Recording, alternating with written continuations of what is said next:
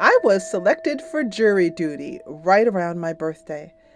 I was supposed to be going on a trip with my family and one of my friends the day after. I knew that if I was selected, it would mean not going on my birthday trip, and that was already paid for. About a week before I had to report to the courthouse, I told my mom, I will be home by 8:45 a.m. My mom laughed, and she reminded me that I had to arrive at the courthouse by 8 a.m. sharp, and that it's also a 35-minute drive, meaning I would only be at the courthouse for 10 minutes if my plan came to fruition. I confidently told her it didn't matter. I would be home by 8:45 a.m. That week, I fell asleep as though I was in my hotel room on my trip. And I visualized. The morning of my summons arrived. I drove to the courthouse to sign in.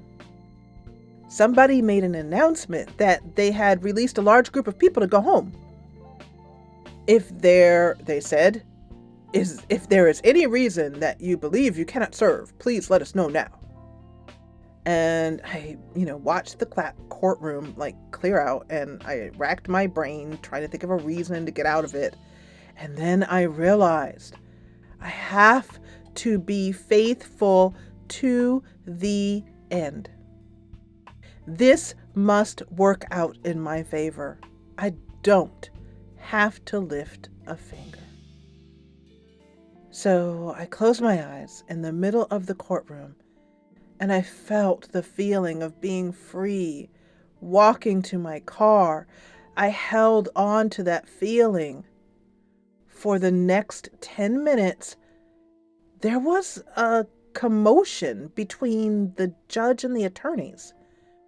Many of them were, pacing the floor, and I knew something was up.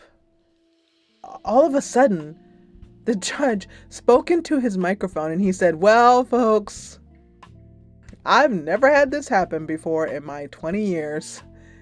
The defendant is missing, and no one can find him. There's a warrant out for his arrest. You have all served today, so you will not be called back for jury duty. Enjoy your day." I arrived back at the house at exactly 8:45 a.m.